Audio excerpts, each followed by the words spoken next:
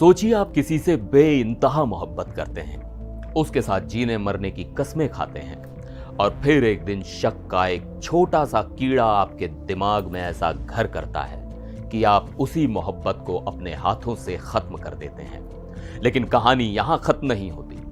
आप उसकी लाश को एक सूटकेस में भरते हैं, बाइक पर 100 किलोमीटर दूर ले जाते हैं और एक नदी में फेंक देते हैं। और फेंकने से ठीक पहले आप उस लाश वाले सूटकेस के साथ एक सेल्फी लेते हैं। जी हां, ये किसी फिल्म की कहानी नहीं बल्कि यूपी के कानपुर में हुई एक ऐसी खौफनाक हकीकत है जिसने हर सुनने वाले की रूह कंपा दी है। नमस्कार, मैं हूं सिद्धार्थ प्रकाश और आज आपको सुनाऊंगा इस सेल्फी वाले कातिल की पूरी कहानी। यह कहानी शुरू होती है इंस्टाग्राम से, वही इंस्टाग्राम जहां हम और आप रील्स देखते हैं, दोस्त बनाते हैं। यहीं पर सूरज उत्तम की दोस्ती हुई आकांक्षा उर्फ माही से। दोस्ती धीरे धीरे प्यार में बदली और प्यार इतना परवान चढ़ा कि दोनों ने साथ रहने का फैसला कर लिया, यानी लिव इन रिलेशनशिप में। आकांक्षा कानपुर देहात के एक छोटे से गांव की रहने वाली 20 साल की लड़की थी जो अपनी बड़ी बहन के साथ रहकर एक रेस्टोरेंट में काम करती थी। सूरज भी पहले उसी रेस्टोरेंट में काम करता था। दोनों का प्यार परवान चढ़ा और सूरज के कहने पर आकांक्षा ने न सिर्फ अपनी नौकरी बदली बल्कि अपनी बहन का घर छोड़कर हनुमंत विहार में सूरज के साथ एक किराए के मकान में रहने लगी। सब कुछ ठीक चल रहा था, एक आम लव स्टोरी की तरह। लेकिन फिर इस कहानी में एंट्री हुई शक नाम के विलन की। 21 जुलाई की रात सूरज को शक हुआ कि आकांक्षा का किसी और लड़के से भी रिश्ता है। बस इसी बात पर दोनों के बीच झगड़ा शुरू हो गया। कहासुनी इतनी बढ़ी कि बात हाथापाई तक पहुंच गई और फिर गुस्से और शक में अंधे हो चुके सूरज ने वो कर दिया जिसकी किसी ने कल्पना भी नहीं की थी। उसने अपने ही हाथों से आकांक्षा का गला दबाकर उसकी सांसों की डोर हमेशा हमेशा के लिए तोड़ दी। अब सूरज के सामने थी आकांक्षा की लाश। वो घबराया, लेकिन उसने पुलिस को बुलाने की जगह अपने एक दोस्त को बुलाया। दोस्त का नाम था आशीष और यहां से शुरू हुआ इस जुर्म को छुपाने का वो भयानक सिलसिला जो किसी के भी रोंगटे खड़े कर दे। सूरज और आशीष ने मिलकर आकांक्षा की लाश को एक बड़े से सूटकेस में भरा।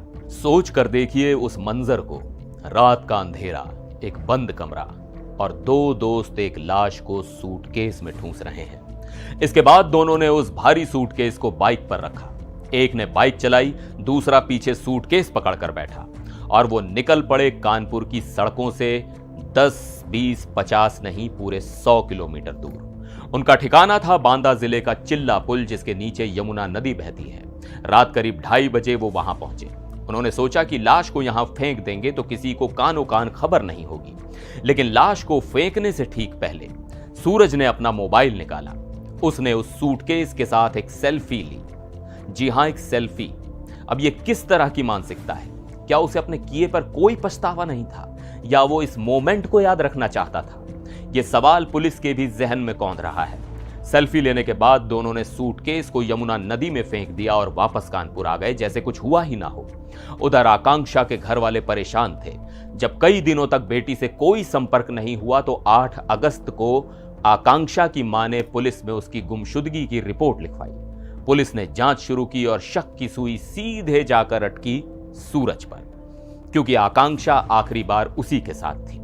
पुलिस ने जब सूरज से पूछताछ की तो पहले वो बहाने बनाता रहा, कहानियां गढ़ता रहा। लेकिन जब पुलिस ने उसके सामने मोबाइल लोकेशन और कॉल डिटेल्स जैसे पक्के सबूत रखे तो वो टूट गया। उसने अपना गुनाह कबूल कर लिया और हत्या से लेकर लाश को ठिकाने लगाने तक की पूरी कहानी उगल दी। और जब पुलिस ने उसका फोन चेक किया तो उन्हें वो सेल्फी भी मिल गई जो इस पूरे केस का सबसे बड़ा और सबसे खौफनाक सबूत है। पुलिस ने सूरज और उसके दोस्त आशीष दोनों को गिरफ्तार कर लिया है। लेकिन इस कहानी का एक दुखद पहलू यह भी है कि पुलिस की तमाम कोशिशों के बावजूद आकांक्षा का शव अभी तक बरामद नहीं हो पाया है। यमुना का तेज बहाव उस सूटकेस को न जाने कहां बहा ले गया। एक मां अपनी बेटी के अंतिम संस्कार के लिए भी तरस रही है। यह घटना हमें सोचने पर मजबूर करती है कि कैसे सोशल मीडिया पर शुरू हुआ प्यार शक और गुस्से की आग में जलकर एक खौफनाक अंजाम तक पहुंच गया। इस पूरी घटना पर आपकी क्या राय है? क्या रिश्तों में भरोसा इतना कमजोर हो गया है? हमें कमेंट्स में जरूर बताइएगा। फिर मिलेंगे एक और वीडियो में, तब तक के लिए नमस्कार।